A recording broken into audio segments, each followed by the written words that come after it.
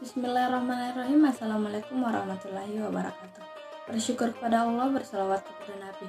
Perkenalkan, kami dari kelompok 3 akan mempresentasikan hasil diskusi dari kelompok kami. Saya sendiri atas nama Kurniarti sebagai moderator dan juga sebagai pemateri pertama. Rekan saya Ratu Sinta Bella sebagai pemateri kedua dan Rahma sebagai pemateri ketiga. Langsung saja saya akan memaparkan materi pertama. Pengertian tafsir. Pengertian tafsir menurut bahasa berarti menjelaskan dan menyingkap makna. Jadi tafsir adalah menyingkap makna yang tersembunyi, menyingkap maksud dari lafaz yang sulit. Definisi tafsir banyak dikemukakan oleh para ulama dengan ungkapan yang beragam, namun pada intinya saling melengkapi. As-Sarkashi mendefinisikan tafsir sebagai ilmu tentang turunnya ayat Al-Quran, surat-suratnya, kisah-kisahnya, isyarat-isyarat yang turun bersamanya, makiyah dan madiyahnya, muhkam dan mutasabihatnya, nasikh dan mansuknya, am dan khasnya, mutlak dan mudayyatnya, serta mujmal dan mufassal dan lain-lain. As-Suyuti menukil pandangan Abu Hayyan mengatakan bahwa tafsir adalah ilmu yang membahas tentang cara-cara pengucapan lafaz-lafaz Al-Quran, tentang petunjuk-petunjuknya, hukum-hukumnya baik ketika berdiri sendiri maupun tersusun, dan makna-makna yang dimungkinkan baginya ketika tersusun, serta hal-hal lain yang melengkapinya. Klasifikasi tafsir. Para ulama mengklasifikasikan tafsir menjadi 3 macam, yaitu tafsir bi al-matsur, tafsir bil ar-ra'yi, dan tafsir bi al-isyarah. Yang pertama yaitu tafsir bi al-matsur. Al-matsur berarti sesuatu yang diriwayatkan secara istilah. Tafsir bi al-matsur adalah penafsiran Al-Quran dengan Al-Quran, penafsiran Al-Quran dengan hadis Nabi, penafsiran Al-Quran dengan perkataan sahabat, penafsiran Al-Quran dengan tabi'in.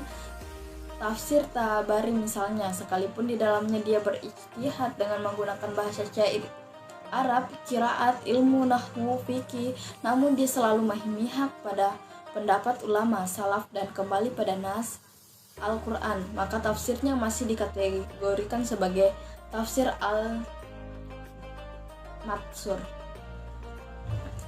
Yang kedua yaitu tafsir ar-ra'i. Secara bahasa, ar-ra'i berarti al-i'tiqadu atau keyakinan, al-waqfu atau akal, dan at-takbil atau perenungan. Ahli fikih sering berijtihad biasa disebut sebagai ashab ar-ra'i. Karena itu tafsir bi ar-ra'i sering disebut juga sebagai tafsir bi al-aqli dan bi al-ijtihad, tafsir atas nama nalar dan ijtihad. Menurut istilah, tafsir ar-ra'i adalah upaya untuk memahami nas Al-Quran dan atas dasar fungsi tafsir. Fungsi tafsir yaitu alat atau sarana untuk memahami Al-Quran, pemberdayaan masyarakat agar daerahnya menjadi qaryah tahayyibah dan baladan aminan, berguna bagi kaum muslimin untuk melahirkan berbagai penafsiran yang benar dan baik, menghindarkan diri mereka dari kemungkinan terjebak dalam penafsiran-penafsiran yang salah, buruk, dan bahkan susah menyesatkan. Baiklah, saya akan melanjutkan materi dari teman kelompok saya, yaitu B. Takwil. 1. Pengertian takwil. Menurut bahasa, takwil adalah kembali kepada asal atau menjelas suatu perkataan. Secara istilah, ulama mutakhirin mendefinisikan takwil dengan memalingkan lafaz dari makna yang tersurat kepada makna yang tersirat karena ada dalil yang menghendakinya. Yang kedua, bentuk-bentuk takwil dari pendalaman para ulama bahasa dan hadis. Mereka menemukan beberapa bentuk takwil, diantaranya mengkhususkan lafaz yang umum atau taksis al-umum, membatasi lafaz yang mutlak atau takyid al-mutlak, mengalihkan lafaz dari maknanya yang hakiki kepada yang majasi, atau dari maknanya yang mengandung wajib menjadi makna yang sunnah. Yang ketiga yaitu macam-macam takwil. A. Takwil yang jauh dari pemahaman, yakni takwil yang dalam penetapannya tidak mempunyai dalil yang terendah sekalipun. Yang ke B yaitu takwil yang mempunyai relevasi, paling tidak memenuhi standar makna terendah serta diduga sebagai makna yang benar. Yang keempat, syarat-syarat pentakwilan. Syarat yang paling penting adalah makna lafaz mu'awwal adalah termasuk makna yang memang dikandung oleh lafaz itu sendiri dan ditunjukkan dengan satu dilalahnya baik secara verbal atau mantuk maupun konseptual atau mafhum, dan dalam waktu yang sama harus sesuai dengan makna asal peletakan bahasa, kebiasaan, dan syara. 5. Fungsi takwil untuk menerangkan makna ayat-ayat Al-Quran. Menentukan salah satu arti dari beberapa arti yang dimiliki lafaz ayat dari yang kuat kepada arti yang kurang kuat karena adanya alasan yang mendorongnya. C. Terjemah. 1. Pengertian terjemah. Terjemah berasal dari bahasa Arab, tarjamah atau turjumah, yang berarti A. Menyampaikan perkataan kepada orang yang belum mengetahuinya.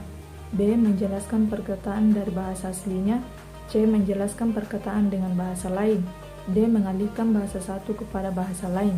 Terjemah secara terminologi dapat didefinisikan dengan mengungkapkan makna dari sebuah perkataan dari bahasa asal ke bahasa lain dengan tetap memperhatikan semua makna dan maksud yang terkandung dalam bahasa asalnya. Pengertian terjemah menurut istilah.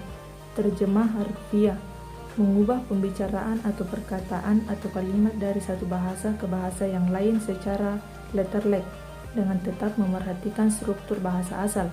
Terjemah tafsiriyah atau maknawiyah, menerjemahkan pembicaraan atau perkataan atau kalimat dari satu bahasa ke bahasa yang lain tidak secara letterlek, tetap terikat dengan struktur bahasa asal. 2. Macam-macam terjemah.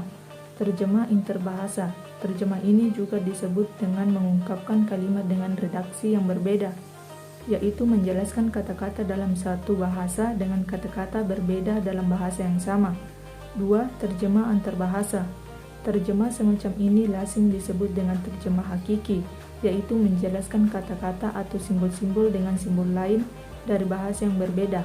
3. Terjemah antar simbol atau transferensi, yaitu menerjemahkan simbol bahasa yang berupa kata-kata dengan simbol lain, seperti menerjemah kata kepala atau kata pedang dengan gambar kepala dan atau pedang.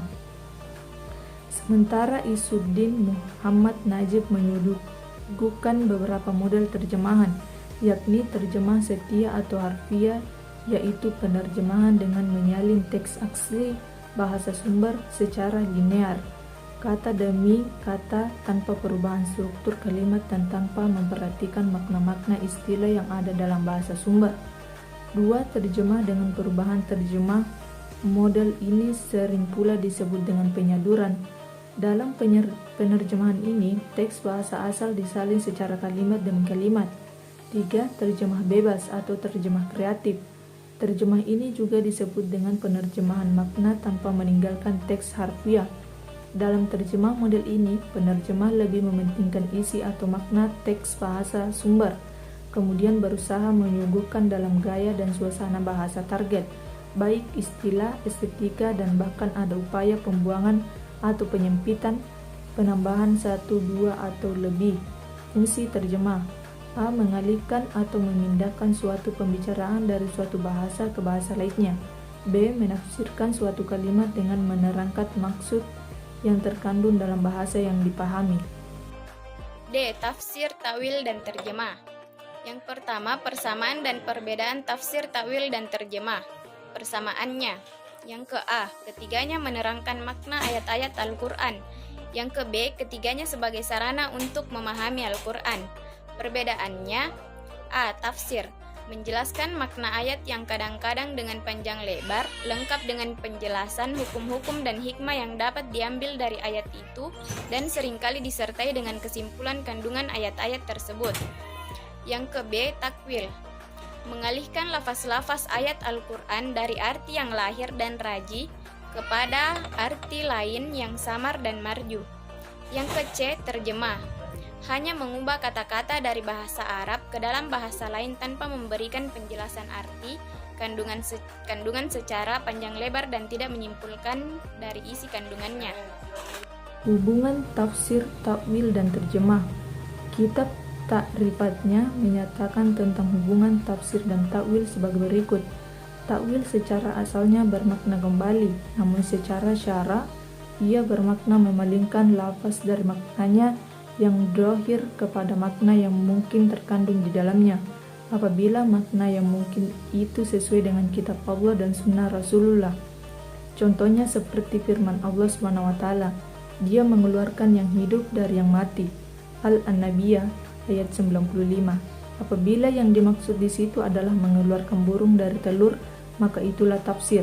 Tetapi apabila yang dimaksud di situ adalah mengeluarkan orang yang berilmu dari orang yang bodoh, maka itulah takwil. Dari penjelasan di atas jelaslah bahwa takwil lebih dalam dari tafsir, dan tafsir itu berdasarkan kepada makna dohir lafaz harfiah ayat-ayat Al-Quran.